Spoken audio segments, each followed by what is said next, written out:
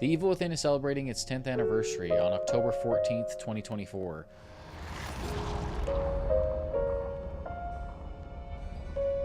I wanted to revisit this game and kind of make a video on why I think it's so special and what makes it such a great survival horror experience. It's honestly pretty surprising for me to believe that this game is now 10 years old. I still remember back in October 2014 when it came out, I was so excited as a big Resident Evil fan, and especially as a huge fan of Resident Evil 4, which is arguably my favorite game of all time.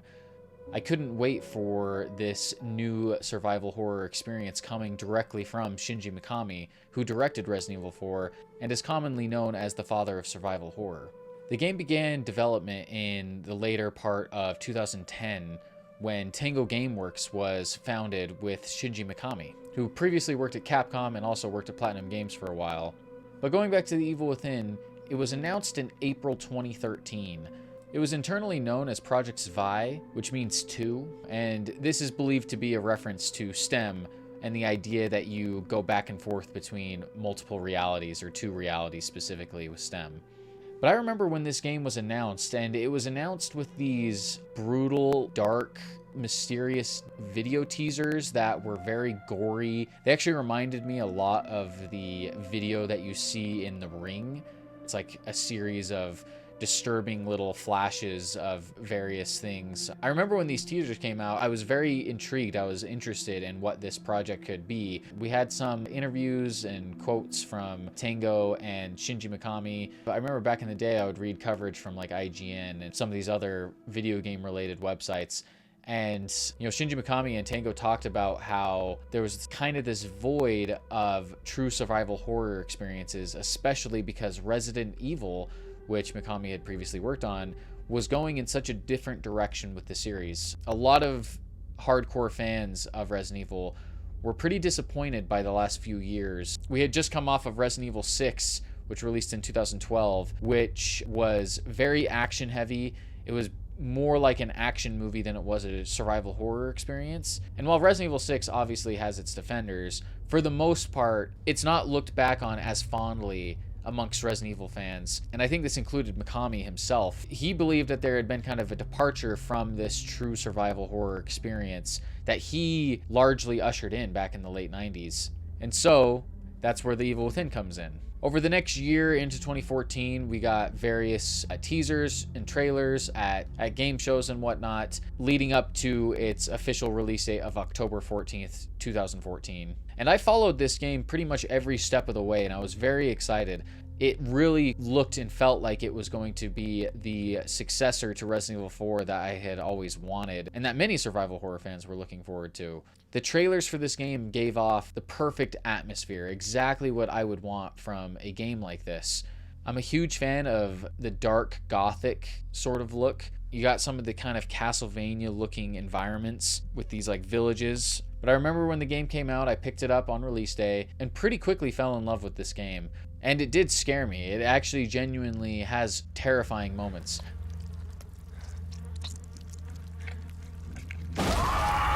So before we get into some of the gameplay, I want to talk about the promotional side for this game and explore that. As you can see in my background here, I've accumulated a lot of Evil Within merchandise. One of my favorite pieces that I have is right here. It's the art of the Evil Within. There's so much cool concept art and character work in this game, and this book really shows off how incredible a lot of this looks.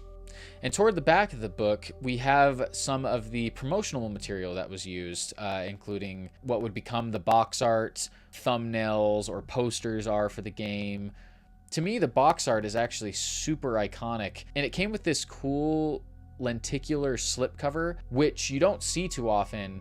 And for this new IP to get something like this, I thought was really cool. And the cover art here with our main protagonist, Sebastian, screaming with like this barbed wire kind of strung along his face, and the point coming down from the letters as it looks like it's going to stab him in the eye. It really makes it stand out with the red font. We also got some of these other images like the brain with the barbed wire all over it, or the shot of Sebastian in his detective outfit, holding the lantern with the keeper behind him. A lot of what intrigued me for this game was the character design. If you're a fan of this game, I really encourage you to check out this art book. I think there's some awesome stuff in here. There's even some like writings from Shinji Mikami and also a couple of the other developers. There's lots of little insights, some new information that I didn't know and honestly haven't really heard anywhere else.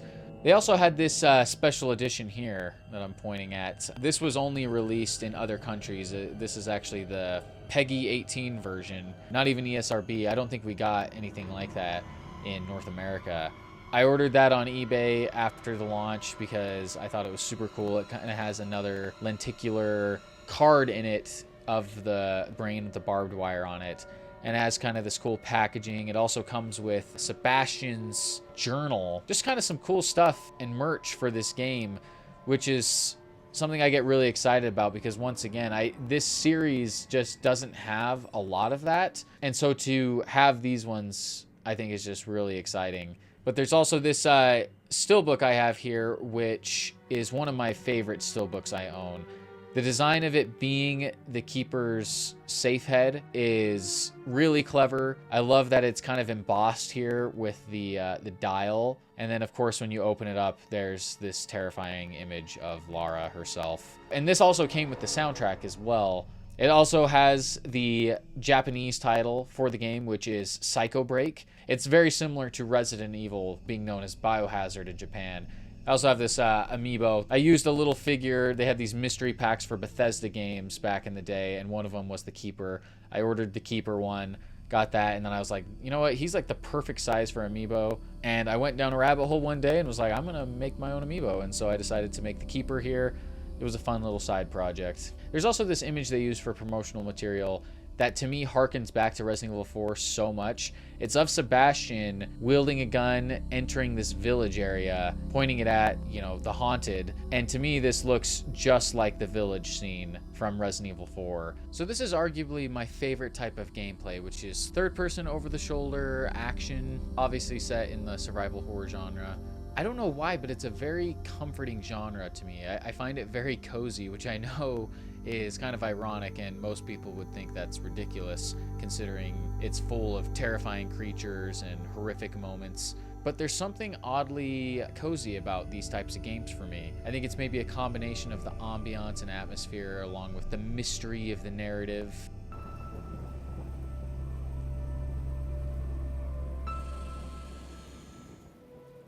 In the game, you play as Detective Sebastian Castellanos, who I adore. He's actually one of my favorite video game characters, period, which I know is probably a little divisive. I know there was a lot of people that didn't quite love him, but for me, a lot of the things that people find as negatives with him, I actually really enjoy and look at as positives, strangely. He's played by Anson Mount, who's actually a great actor and kind of gives a unique performance for Sebastian. I actually kind of enjoy his reclusive demeanor. We're gonna check it out. Don't let anyone else through this door. I can be an extra set of eyes. We don't know what's happening here. You're a backup. And for me, with a lot of his delivery, I get the feeling that he's been through a lot. He's seen a lot of horrific things throughout his career. And so I thought the performance from Anson Mount was actually very fitting for the character. Trying to make me feel sorry for you? So it's kind of funny because there's a lot of things that people viewed as negatives for this game that I actually view as positives, and they totally worked for me. This includes the narrative itself. Now, I'll fully admit that the story of The Evil Within is very convoluted. It's really tough to follow, and I completely understand people having a hard time knowing what's fully going on. But the narrative for me, I find very intriguing. Like I was saying earlier, I love mystery and I love suspense. Now, when the game ended, was there still plenty of questions I had? Absolutely. And truthfully, maybe not all those questions have even been answered. But for me, I just loved existing in this world so much that it didn't have to have the tightest narrative. そうですね。一貫したテーマ、ゲーム作りのテーマっていうのは、毎回変えてるんで、タイトルごとに違うんですけど、今回ストーリー的な部分で、かなり難解にあえてしてますね。みたいにゲームをクリアした後に、ストーリーを追ってあれはこうだったんじゃないのか、ひょっとしたらこうだったんじゃないのかっていうことをユーザーが違う視点でいろいろストーリーを積み合わせるっていうことができたらいいなっていう、そういう意味で、ストーリー的なものはまあパズルチックに。 I actually kind of like the idea of having it a little confusing and intentionally not telling you everything. You know, especially for a game like this, I don't think that everything needs answers. You know, whatever best suits the gameplay is sometimes the best way to go.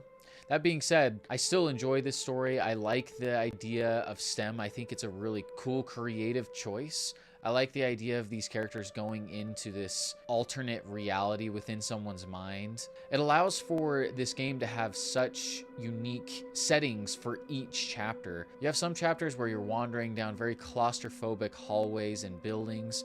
Other chapters where you're outdoors and you get these amazing scenic views. And you also get the grotesque chapters where you're inside was presumably a brain or flesh, I don't really know, and it's really a striking visual. One of my favorite chapters is actually, I believe, chapter 7, where you have your partner Joseph Oda with you, and you're going through this gauntlet essentially. And I actually think this chapter did a great job at showcasing what the combat is capable of in this game. A large part of why I like these type of games is the different weapons you have. But most importantly, in Evil Within, you have the Agony Crossbow, which has this variety of bolts you can use. And I find this really fun to utilize in the game. It kind of allows for quick thinking when you're on the run, what type of ammo you use in that moment, which gun you decide to use ammo on. This game also has stealth mechanics where you can sneak up behind enemies and essentially kill them with one stab. I would say this isn't used too often, but there's a couple chapters where you can really utilize this gameplay mechanic.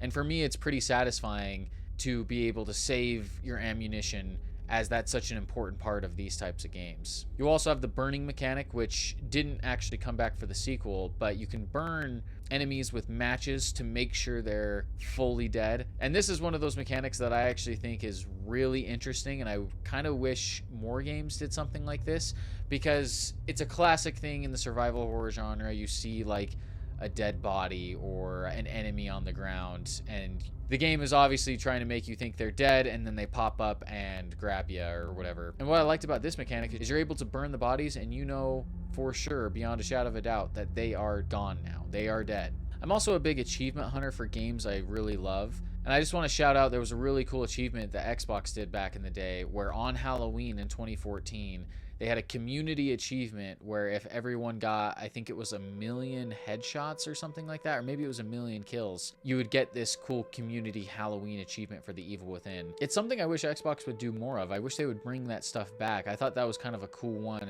Every time I go back and look at my achievements for Evil Within, that one always stands out to me. Another interesting part of the gameplay experience, Shinji Mikami opted for a letterboxed look to the game. This kind of created this cinematic feel to it, especially with some film grain, and it's something that wasn't super well received. I personally thought it was a fun creative choice, and as a huge fan of movies, I thought it was pretty unique, but I can totally understand why some people would feel it's a little too restricting. Luckily, there was a patch that came later on that allowed you to turn that on or off. There are no weapons left in their cars. There's no one here to report in.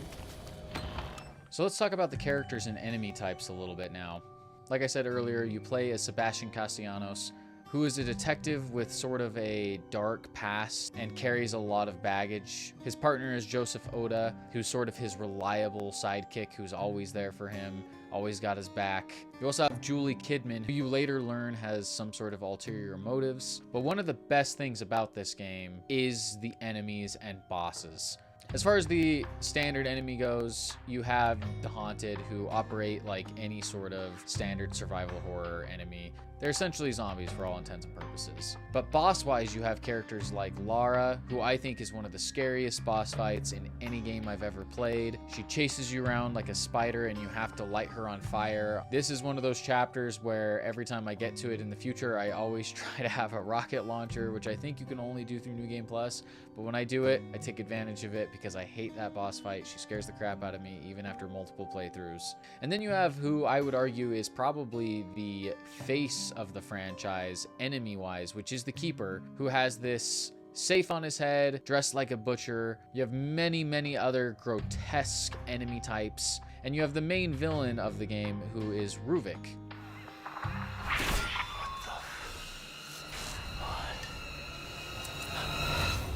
One of my absolute favorite things in survival horror games is a peaceful, atmospheric safe room or save room, whatever you want to call it. Resident Evil is obviously super well known for this, especially with the typewriter. I think The Evil Within created its own version of this that honestly I think rivals even Resident Evil. You have this safe room, in quotes, where you save your game and you upgrade Sebastian's abilities and weapons using an electric chair, which you get to by entering this broken mirror.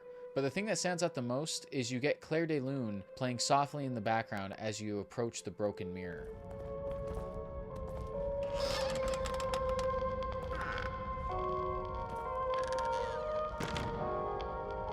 There's kind of this flash of light as you approach the mirror, and you hold A and you come into this world and wake up on a bed in a cell. You're able to kind of explore this area. You got some like newspaper clippings that you can read with bios and whatnot on them and data entries. There's map fragments that you try to put together. As you go chapter to chapter, it'll fill out this map of Crimson City, which is where the game takes place, with Beacon Mental Hospital seen on it. And then you also have the lockers, where when you're playing the game, you acquire these keys that you get through breaking these goddess angel statues. And you're able to take them back to the save room and acquire materials and ammunition and whatnot through these lockers. I think it's a very satisfying system, and I think it's also fun to try to unlock all the lockers, get all the collectibles, get all the upgrades, you know, things like that throughout the game. And one thing that I really enjoy about this save room is that things kind of happen that you're not expecting throughout the game when you come back to this room. I think it's a really fun spin on the save room and kind of almost doubles as a hub for all these upgrades and collectibles.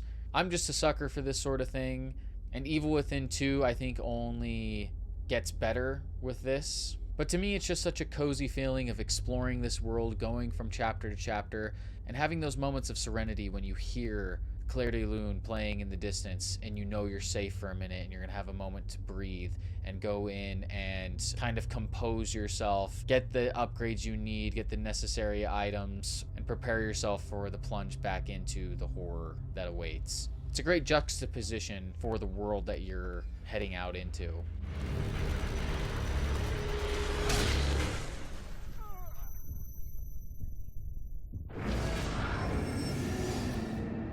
The game also received some DLC and a season pass, which was really exciting for me and something I wasn't expecting, because unfortunately The Evil Within wasn't the highest seller. It didn't sell a ton of copies, and so to get DLC was quite a surprise. It was even a bigger surprise years later to get a sequel, which I'm so happy we did. But as far as the DLC goes, we got The Assignment and The Consequence, where you play as Julie Kidman and get kind of a side story with her where you get to kind of see what she was up to during the main events of the game. She has her own cool little save system as well, with a couch and a cat that's cozy, which the cat ends up coming back for Evil Within 2. You also have what I would say is the most terrifying boss in this DLC, which is the Light Woman. The sections where you have to run around and hide from her while you wait for like an elevator to come down or something.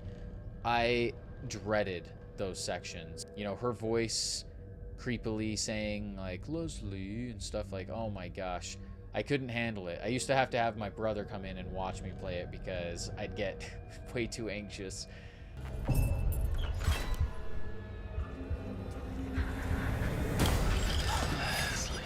But these DLCs were fun. They were a little more stealth focused, and also had some fun achievements where you can like shoot the brain and they get credits rolling like you beat the game, and then they rewind it back.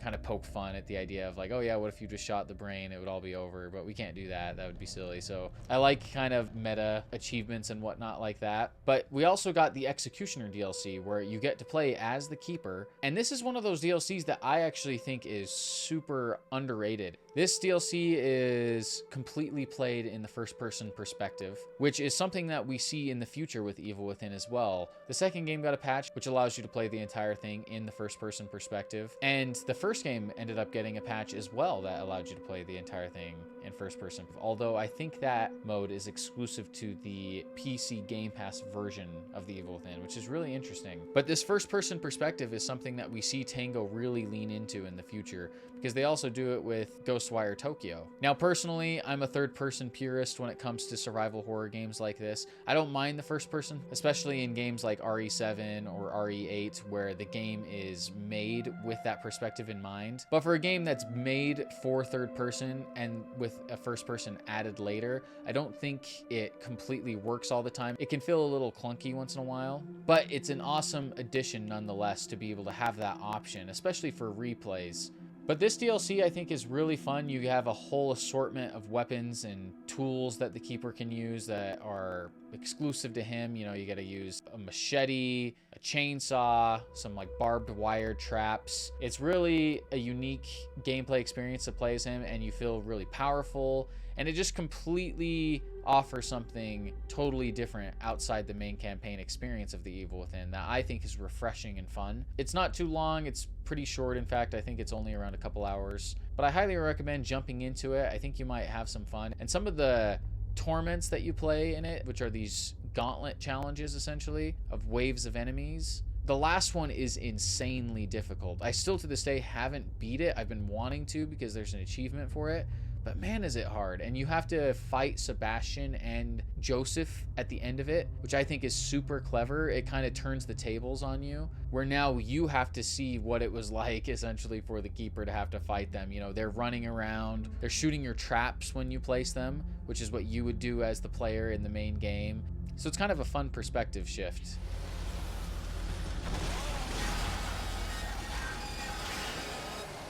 But altogether, I think The Evil Within is a fantastic survival horror experience. It's one of my personal favorite games of all time. It's definitely got a cult classic kind of feel to it. I usually jump into it every year around September or October. I really do adore this franchise, and I would love to talk about Evil Within 2 at some point. In fact, I have a video planned that I'm going to kind of compare Evil Within 1 and 2, talk about which aspects of each game I prefer. And I really cross my fingers that one day we will get a third entry. I don't think it's going to happen anytime soon, especially given the circumstances that Microsoft owns the IP and Tango Gameworks seems to be fully invested in the Hi-Fi Rush IP at this time, which is understandable. But I hope that maybe one day that either Microsoft has one of their internal studios make some sort of Evil Within game, or ideally Tango Gameworks is able to acquire the IP back from Microsoft and make an Evil Within 3 and perhaps have it be the conclusion to the series. I think something like that would be amazing. And I don't think it's likely, or at least anytime soon, but deep down, I think there's a chance that one day we get it. So here's to hoping for an Evil Within 3. And happy 10-year anniversary to the Evil Within 1. I'm super glad this game exists, and just big shout out to Tango Gameworks and Shinji Mikami, John Johannes, Ikumi Nakamura, and everyone involved in this series for making what I consider an amazing game. And I thank you guys for watching this video, and I hope to see you on the next one. Thanks.